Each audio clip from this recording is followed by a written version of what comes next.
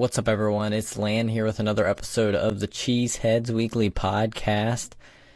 We're here with, on a Tuesday, another episode 72, I believe. And it's good to be with you.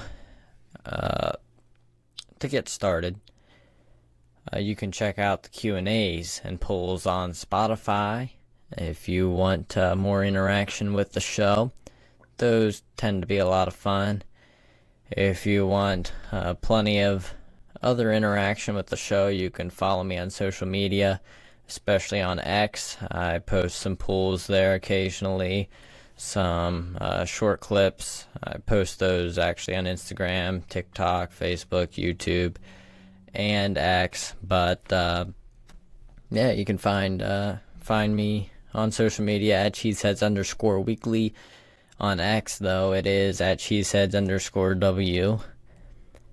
Not the whole at Cheeseheadz_weekly. They don't let you make very long handles for your account, so had to just go with the dub on that one.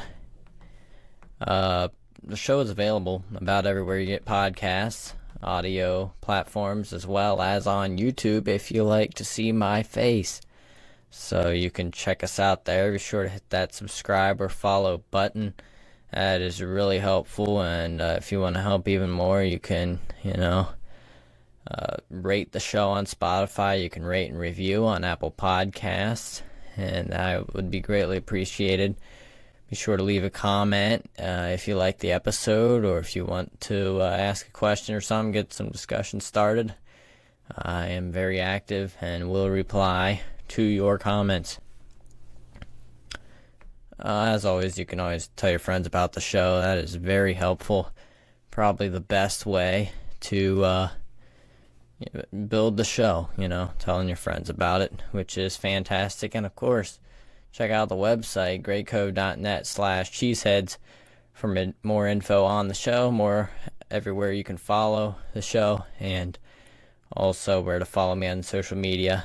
And the episodes are all posted on the website as well, so you can check those out. Alright, so on this episode, we're going to get into, some late stuff. It's pretty much the dead zone. Mandatory minicamp has happened for the Packers, and so we are in that time during the offseason where there's not a whole lot happening in between the mini camps and OTAs, in between those and training camp, which is coming up here July 22nd. That's a Monday, so we got a little bit of a wait, a little over a month, I guess, to wait till training camp and then preseason, and then everything's ramping up, and we're starting to have some football activities. So it'll be here before we know it, but in the meantime, we do have to hopefully scrap for some topics, I guess. Hopefully we can find some. The Packers did release their training camp schedule. I mentioned the first practice there starting July 22nd, and there's practices throughout, some of which are open to the media. Actually, maybe all the training camp ones are. I'm not real sure. And then family night, I mentioned this last week, but Saturday, August 3rd. And then we have a preseason game, the first preseason game, August 10th on a Saturday at Cleveland. And then our first joint practice at Denver is Friday, August 16th, and Sunday, August 18th. Just one day of practice. The Friday, August 16th is the joint practice at Denver. Sunday is the preseason game at Denver. And then we have another joint practice, August 22nd. That's a Thursday. And then the final preseason game versus Baltimore. Joint practice also versus Baltimore. And then the preseason game is Saturday. So you can have that to look forward to, I guess. Now, the Packers have some contract extensions that they are working towards. We already talked about Jordan Love last week. the Packers are working with Kenny Clark, trying to get that a deal done there. Kenny Clark has expressed that he would like to stay with the Packers. I think the Packers feel the same way, and so they are working towards getting him a contract extension. Hopefully that happens. In other news, just some quick notes from the offseason program. The Packers did finish signing the draft class. They signed first-round pick Jordan Morgan to a rookie contract, so the whole draft class is under contract for the next 4 seasons, and Jordan Morgan will, of course, have that 5th-year option, which can or cannot be picked up, depending on his play during his first few seasons. Jordan Morgan had a lot thrown at him during the first few practices. The Packers cross-trained him at 4 different positions, every position except for center. So he's, putting that work in at all different positions as the Packers work towards figuring out what his best position is and work towards figuring out what their best 5 is along the offensive line. In other news, wide receiver Romeo Doubs drew some praise from Matt LaFleur after a great offseason. That's great to hear. We talked about Carrington Valentine looking good. Matt LaFleur praised him and said, quote, "I think Rome had an outstanding spring. I really do. It's evident in the work he puts in on a daily basis. He's there in the morning, catching off the jugs. He's one of the last guys to leave the building. He's very deliberate about the work he puts in, and it shows. We challenged him on a couple of things that we thought he could do better with, really stressing the importance of opening his stride. He's embraced that. You've seen that. He's had a lot of great moments, and certainly he did last season, and hopefully he can step into even a bigger role. Jordan Love and Dobbs have been training together during the offseason as they both train in California, so they've been putting in the work together. Dobbs is kind of that go-to target, if you could say there is one, on this offense for Jordan Love, and it's been great to see. So Romeo Doubs, very much one of my favorite Packers, I guess. I really like Rome, and he's fantastic, humble, and just really, really great at going about his business. And so really excited to see what he can do next season. Rashawn Gary has been healthy this whole offseason, and that is big for him. He's thankful for that. When he was asked about it, he said, quote, "Man, it's a blessing having an offseason to do what I need to do, work on parts of my game that I didn't have time to do last year. It's very important and crucial to me." So hopefully we see the best version of Rashawn Gary and he can stay healthy through the season. Preston Smith said, "I think it's going to be big for him. I'm expecting a lot of big things out of him." And Gary said, quote, "There's always things I can get better at, just working on my overall game, run and pass." So, working on a lot of stuff. Gary, just like many of the defensive players have said, including Jair Alexander, among others, Gary said, quote, "We're loving this new defense." And what's the new defense look like? What does he like about it? He said, quote, "Attack, attack, attack, aggressive. I'm loving it. It's really just pin your ears back and relax and play." So, sounds perfect for Rashawn Gary, and for a lot of these Packers guys, they like to play fast and they like to play aggressive. Lots of athleticism on the defensive side of the ball, lots of talent, lots of first-round talent, or at least early-round talent. Goody has picked a lot of defensive players in the first round, so hopefully this is the year it finally pays off and the Packers can get a top 10 defense. They certainly have the talent to do it, and so hopefully they can do it.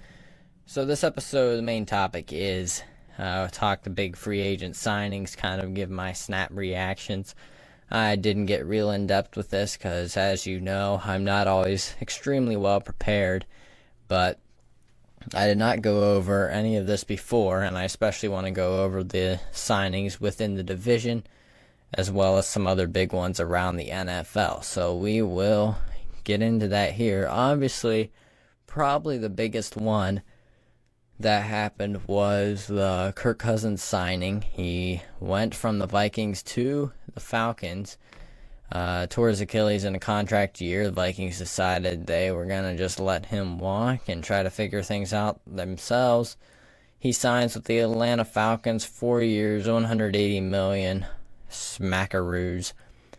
Now, the Falcons are in desperate need of a quarterback. They have a pretty good team otherwise, especially with the skill players on offense. A lot of great talent there in the form of Drake London and Kyle Pitts and Bijan Robinson, among others. And so definitely some really great young talent. Those guys have yet to be fully unlocked, as they have been, I guess you could say, forced to play with a lot of incompetent quarterback play. So Kirk Cousins hopefully provides that. He's supported great wide receivers like Justin Jefferson. And so hopefully this works out for the Falcons. Now, they are paying him big money, and he's coming off an Achilles injury and certainly is not getting any younger. And he's definitely not,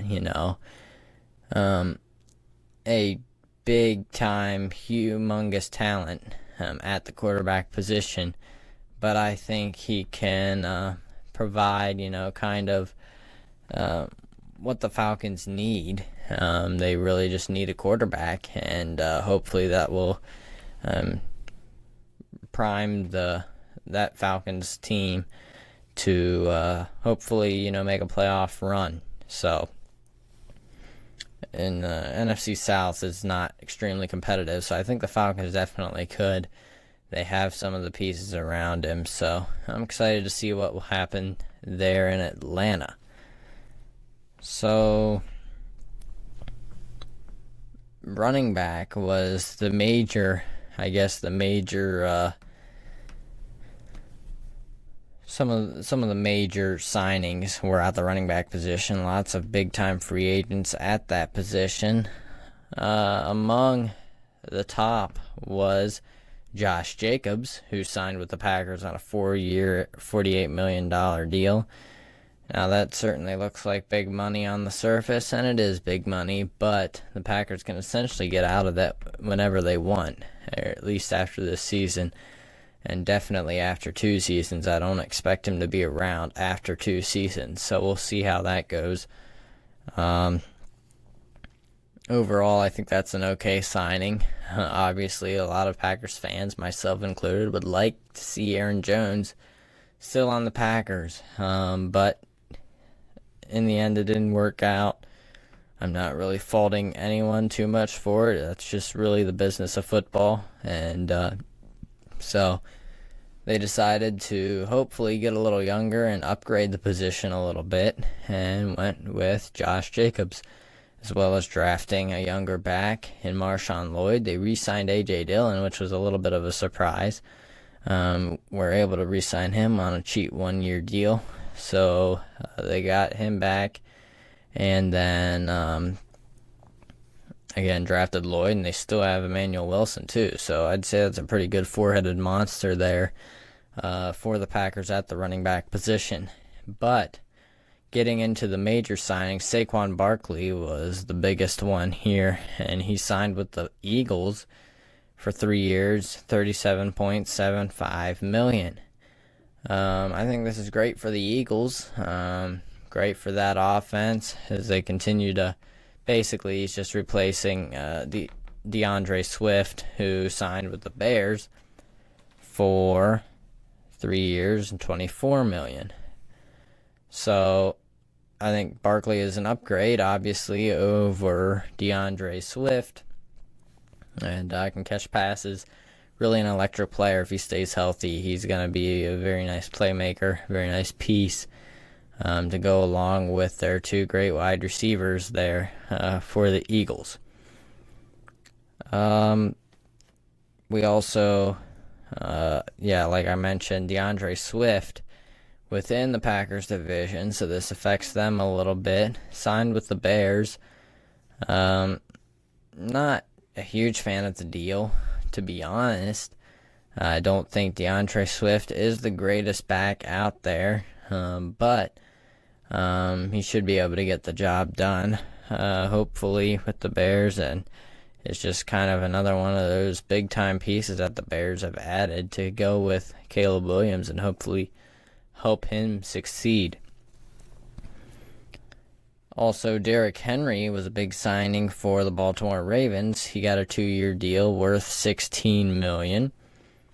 I think this isn't a bad move for the Ravens, looking to contend, kind of in a win-now mode. So, signing an older Derrick Henry is probably not a bad idea. They normally like to run the ball a good bit, and Derrick Henry seems to still have gas in the tank, as evidenced by his another solid season last year, potentially a little bit of a step back. He was also playing in a not very good Titans offense with behind a not very good Titans offensive line. So this should be good. The Ravens might not have to use him as heavily as the Titans did, and overall I think this could be a win-win for the organization.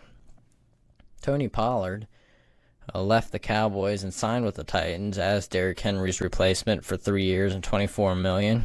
I think perhaps this was slightly overpaying for Tony Pollard, and I hope they're not planning on using him like they used Derrick Henry, because I don't think that's going to work for Pollard. He seems to excel more as a complimentary back. The Titans do have Tajay Spears, who I'm pretty high on, so perhaps they can make it a 1-2 punch there, 50-50 split. And while that's not great for fantasy football, it should work pretty well for the Titans. So not a horrible move, I guess, but definitely a nice chunk of money there given to Tony Pollard after he did a whole lot of nothing with the Cowboys. Devin Singletary signed with the Giants, 3 years, $16.5 million. That was really the only other bigger deal, I guess. Zach Moss did sign with the Bengals, 2 years, $8 million after a great season, filling in for Johnny Taylor there with the Colts. That came out of absolute nowhere. I did not think he was a great running back, and so we'll see how that works. Michael Pittman was scheduled to be a free agent at wide receiver. He resigned with the Colts with a big 3-year, $70 million deal. Same with Mike Evans, who got the bag for 2 years, $41 million. T. Higgins was franchise tagged, so there were some big-name wide receivers. A lot of them were snatched back up by their teams. You don't want to lose your alpha wide receiver. Not so in the case of T. Higgins, but obviously the Bengals want to keep him around for at least another year. We'll see what they do with the franchise tag. T. Higgins has requested a trade. He did finally sign the tag, and so he will be around for training camp. At least I would expect so. Marquise Brown signed with the Kansas City Chiefs on a 1-year deal. So the Chiefs trying to upgrade their wide receiver room. I'm definitely okay with the move as far as the overall team. I'm not sure Hollywood is going to be a number 1 wide receiver. I think maybe he fits best as maybe just kind of that deep threat, kind of like the MVS type, except a little bit better. Maybe a little shorter hands. So we'll see how that works out. But overall, not opposed to that move. Calvin Ridley is really the big one here that I was not a fan of. Signed with the Tennessee Titans. By the way, Calvin Ridley is like 29 to 30-ish, getting up there in age, and he signed a 4-year, $92 million deal. This is big money for a team that doesn't seem ready to compete in the very near future, I guess I should say. Apparently, they're looking to get a little more pass happy. They hired former Bengals offensive coordinator Brian Callahan. and fired Mike. I'm completely losing his name at the moment. His first name is Mike. So they fired him, their former head coach Mike, and they hired Brian Callahan. I really liked their former head coach Mike, and I'm not sure they should have. Mike Vrabel, haha, just came to me. Mike Vrabel was the guy that they fired, and was not a huge fan of that. I think Vrabel is a fine coach, but Titans have not had success, unfortunately. And so they went in a different direction. Now, I don't even think Callahan called the plays for the Bengals. I could be wrong. So this could be a little bit more interesting. That's not a huge factor. I mean, he still obviously would know how to call plays if given the opportunity.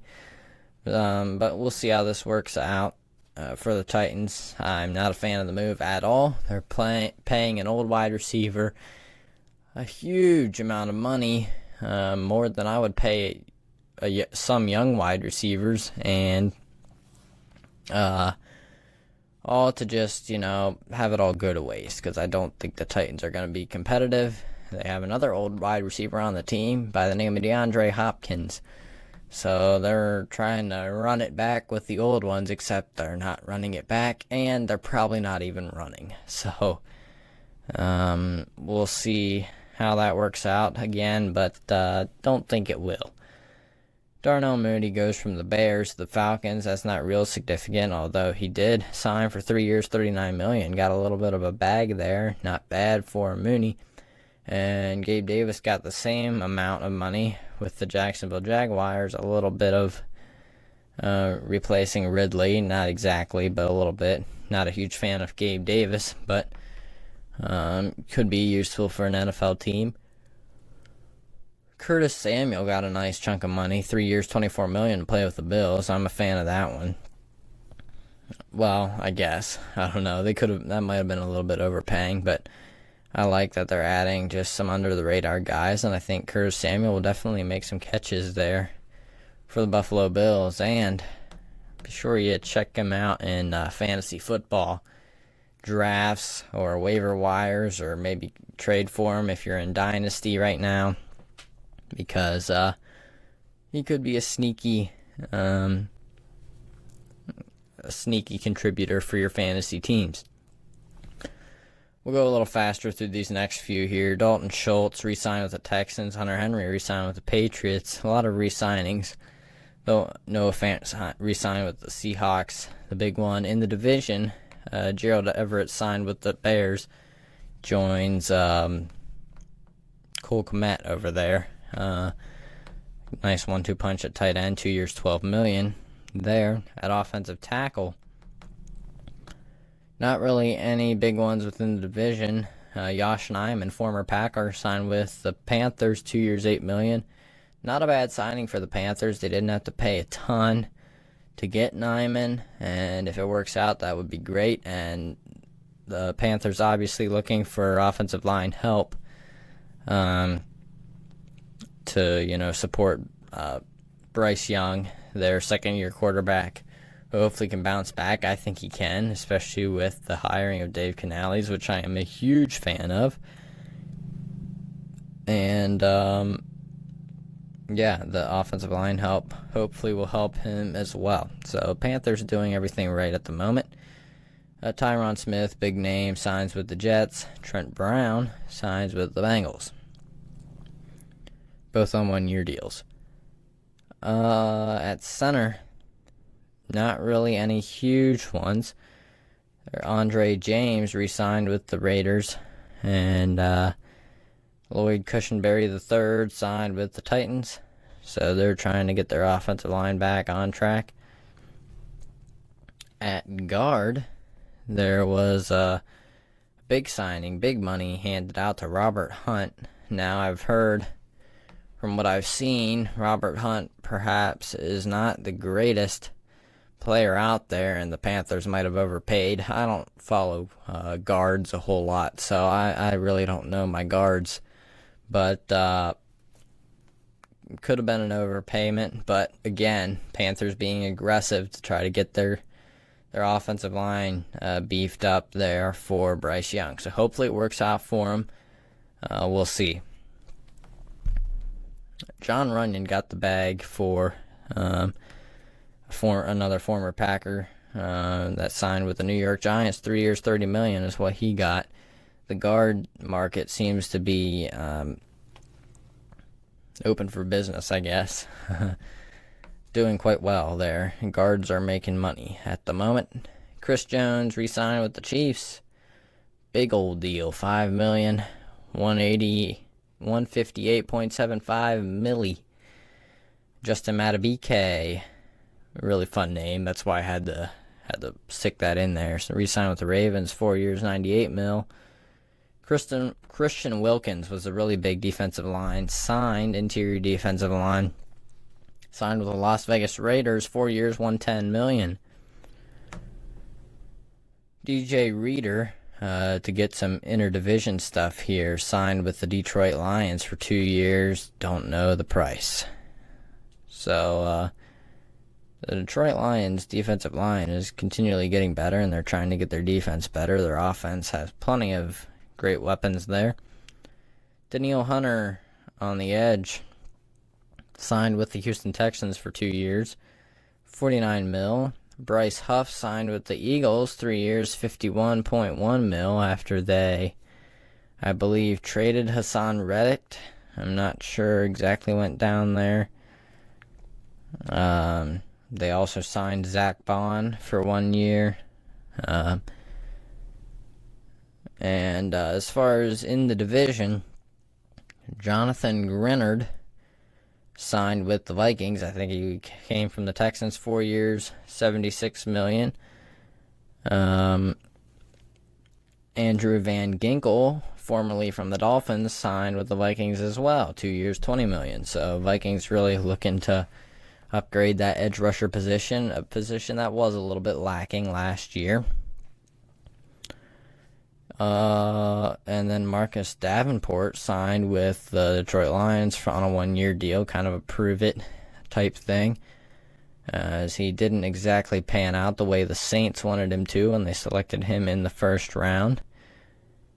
I believe that is it for the division, which is what I wanted to hit. Looks like it. At linebacker, the big one was Patrick Queen going to the Steelers, 3 years, $41 million. Frankie Louvu signed with the Commanders, I believe, from the Panthers, 3 years, $31 million. Queen came over from the Ravens. Levante David re-signed with the Bucks on a 1 year deal. Jordan Brooks left the Seattle Seahawks, went to the Dolphins for 3 years, $26.25 million. The Seahawks, on the other hand, signed Jerome Baker on a 1 year deal, $7 million. Devin White signed with the Eagles on a 1 year deal. And as far as in the division, we had another signing by Minnesota Vikings, Blake Cashman, I believe, from the Texans, 3 years, $22.5 million. That is about it as far as the major ones there. Jalen Johnson re-signed with the Bears, 4 years, $76.76 million.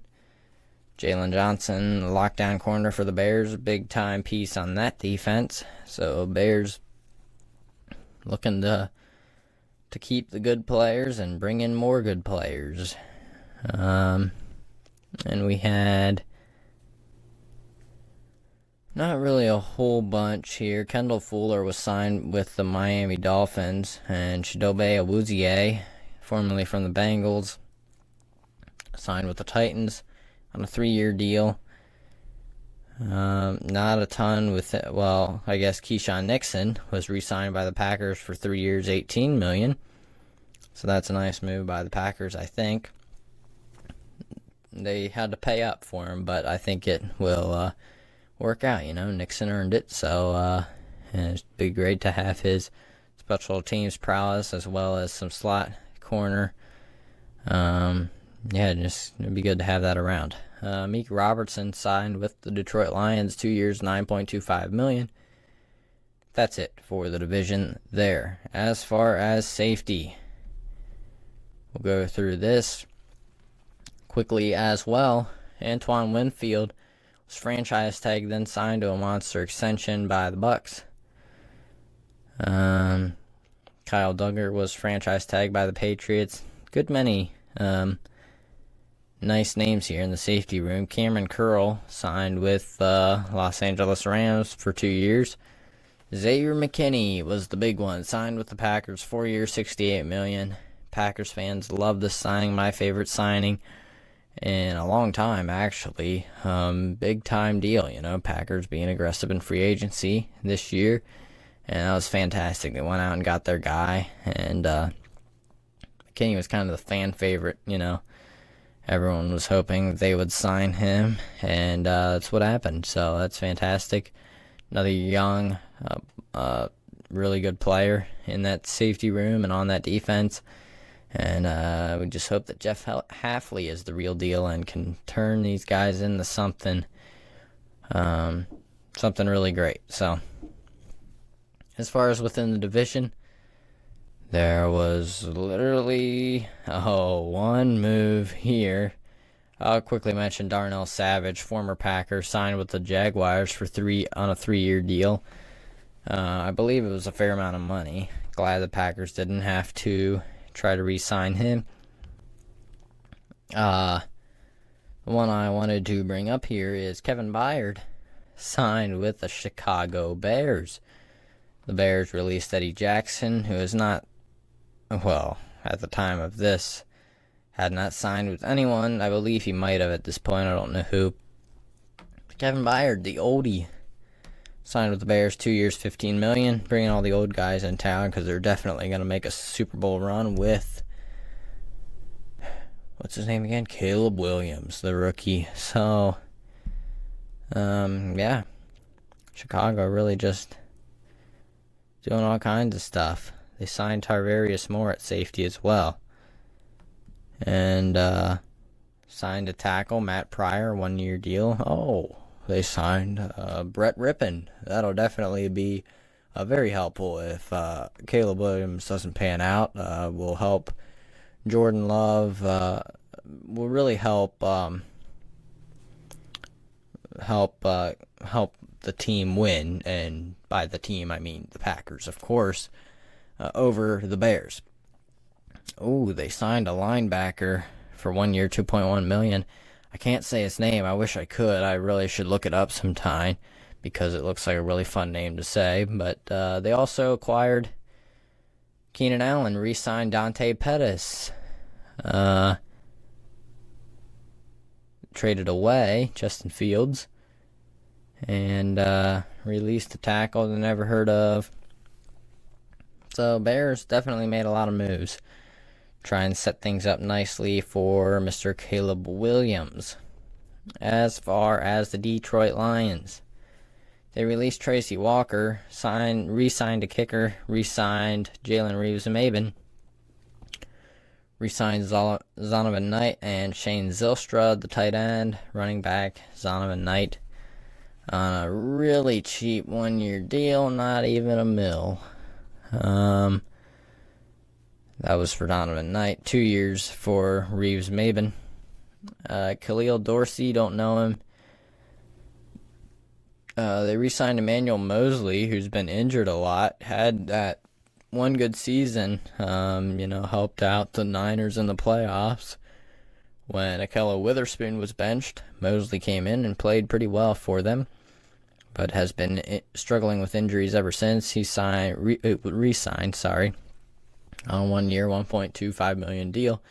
They also re-signed Graham Glasgow, 3 years, $20 million. So, I already mentioned they signed Davenport. They also acquired via trade Carlton Davis III from the Tampa Bay Buccaneers. That's a big ad at the corner position. They also signed Amik Robinson, I believe I mentioned that, on a 2-year deal. And DJ Reader, interior defensive lineman. Re-signed Donovan Peoples-Jones. Signed Kevin Zeitler on a 1-year deal, a guard. And re-signed a guard, Dan Skipper. believe he was part of a penalty, and that helped them lose the game against Dallas towards the end of last season. It was in the regular season. They released Cameron Sutton, the cornerback. They made a few moves, a lot of re-signings, so keeping the band together. Packers released Devondre Campbell, re-signed Christian Welch, a linebacker, special teamer. Signed Josh Jacobs, signed McKinney. Released Aaron Jones, re-signed Keyshawn Nixon, re-signed Corey Ballantyne, Tyler Davis, and A.J. Dillon. And we'll go to the Vikings. The Vikings made a lot of moves. They released Alexander Madison, re-signed 2 no-name tight ends. They signed edge rusher Jonathan Greenard, re-signed a guard and a tackle, Blake Brandell and David Quessenberry. They signed edge rusher Andrew Van Ginkel, linebacker Blake Cashman, QB Sam Darnold. A lot of people didn't like that one. Why not get a bridge quarterback? They had their plan in place, got J.J. McCarthy. I don't have a problem with that. Obviously, it's nice for the Packers that they don't have Kirk Cousins and everything, but yeah. I think it actually was a pretty good move, especially if you're going to have to pay Kirk Cousins that much. They signed a kicker, no one I know. Last name is Romo. Perhaps a relation to Tony Romo. They signed running back Aaron Jones to a 1-year deal worth $6 million. Released Dean Lowry, another former Packer that didn't pan out for them. They signed Brandon Powell from the Rams on a 1-year deal. Signed a defensive lineman Jerry Tillery. Re-signed Jonathan Bullard, another interior lineman on the defensive side. Tillery on a 1-year deal, by the way. They signed Trent Sherfield, a wide receiver, on a 1-year deal. Center Dan Feeney on a 1-year deal. Jonah Williams, interior defensive lineman. Don't know what that was. TBD is what it says. I'm sure everything's out now. This is an old one, right after the free agent signings happened. We also have cornerback Shaquille Griffin. Did play for the Seahawks. I think he played for another team as well. In between there, that's a 1-year deal. Edge Jihad Ward and linebacker Camus Grugier Hill. Or I guess that's how you say his name. Anyway, that is it. Didn't give my opinion on a whole lot of them, actually, but some of the players I didn't even know, especially, the basically no-name players that some of the division teams signed. But hopefully you got a little something out of the episode. Going on, 40 minutes here. So we'll shut things down. Thanks for listening. Appreciate all the support. Listening, That's what really helps the show the most. But, of course, you can do all those things. Hit that subscribe button or follow button, whatever it is, wherever you're listening. And, hey, comment for some discussion. Feel free to DM me somewhere. And you could send in a voice message. Link is in the description of every episode. And send in a question, whatever you want. And we can put that on the show. And I can comment on it. However I should, I guess. Right. That will do it. Thanks for listening, everybody. And as always, go Pack, go.